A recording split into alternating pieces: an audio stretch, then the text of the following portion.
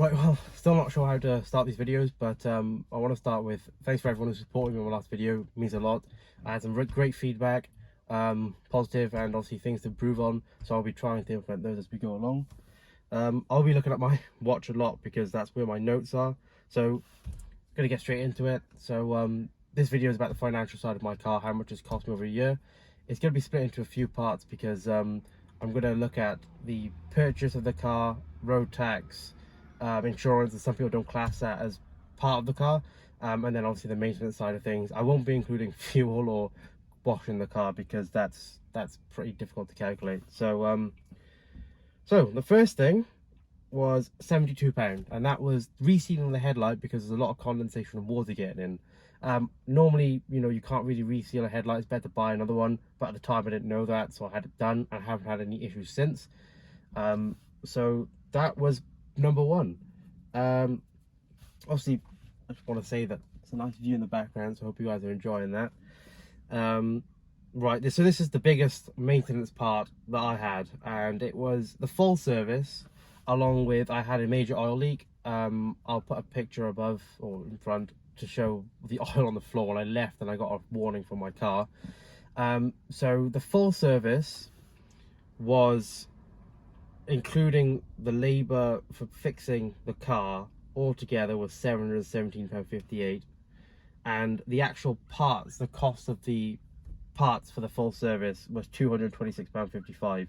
So in between that, there was a thermostat that I had to buy, and obviously all the labour for the rest of it.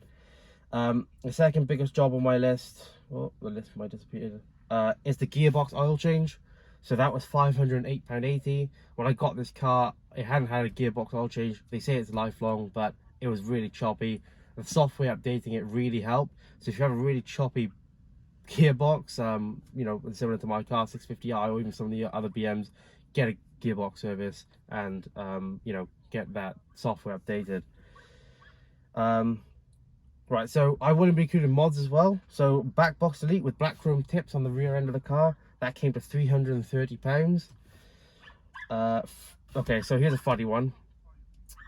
I'll put a small video up and a picture up of when my brake caliper seized and my caliper was red hot. I think it was about 300 degrees.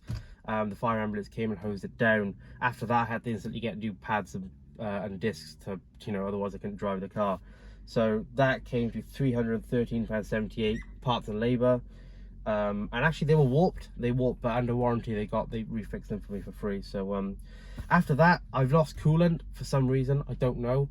And I had to do a long drive to Blackpool. Prior to doing that, I did a engine oil change just in case there's coolant leaking into the oil. That will cause really bad damage to the engine if obviously everything's not lubricated properly. So I wanted to make sure that was fine. So that actually then, well, that was £83.48 for the oil change, just pure oil. I've recently done an MOT. That was £45. Cooling expansion tank cap. So yeah, I think it might be the cap. So I went to BMW, paid him 20 quid, got a new cap, fitted that on. Let's see if that makes a difference. Right, that's all the maintenance. So that's it. I know I've been really quick with it, but in a year's time, it actually hasn't been that bad. Oh, one more thing. There was a nail in the tyre, front right. I had to get that changed, and I may be changing all the alloys, I don't know yet. So I just did that individually. That was £150. So I'll put a total up now of the maintenance over the year that it's cost me, not including, petrol and washing the car. So that'll be the running costs over the year. So that's not including the cost of the car, road tax and insurance. Right, so the car cost me actually £4,995, so £4,995, which is a bargain for what you get. Like, in terms of value for money, 100%. Like, this is value for money. Obviously when you buy a car with high mileage and at a low price, expect to do some maintenance on it, like £2,000, and that'll get it up to speed with the rest of it.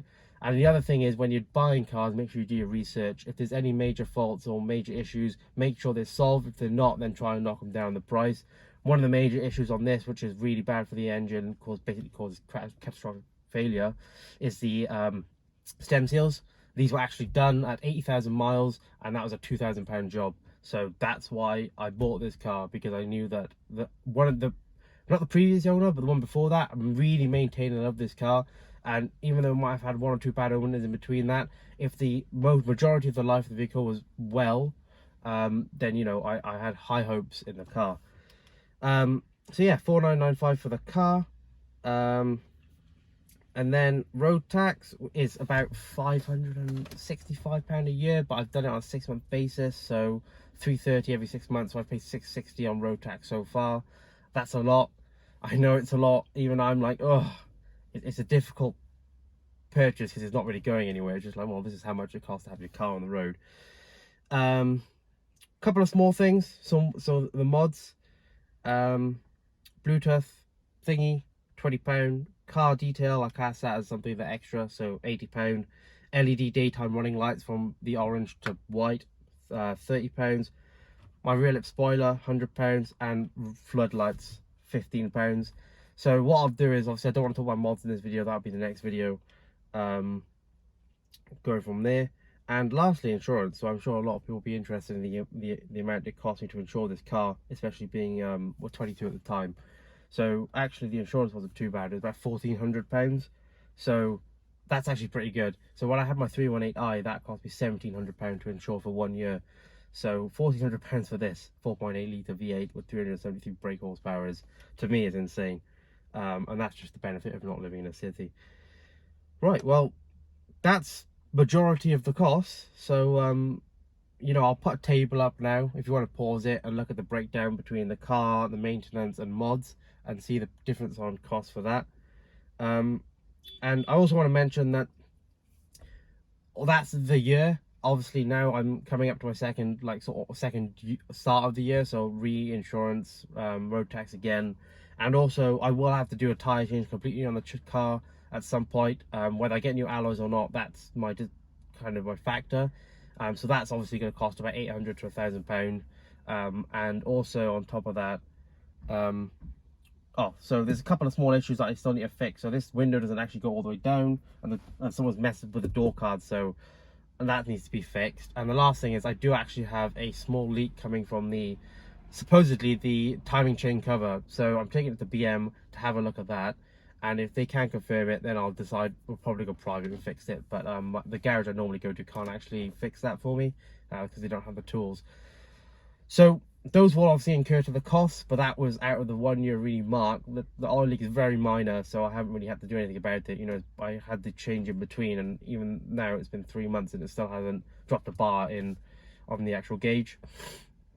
So yeah, I think that's kind of covering everything in the video. I really again appreciate the previous support on the past video, and you know, I hope that this financial sort of video helps you, whether you want to, if you want to look at buying a car similar to this. I hope it helps you, you know, think about the costs and whether you can afford it or not. But yeah, I think, you know, that's kind of me. I hope you guys enjoyed this video. Peace out.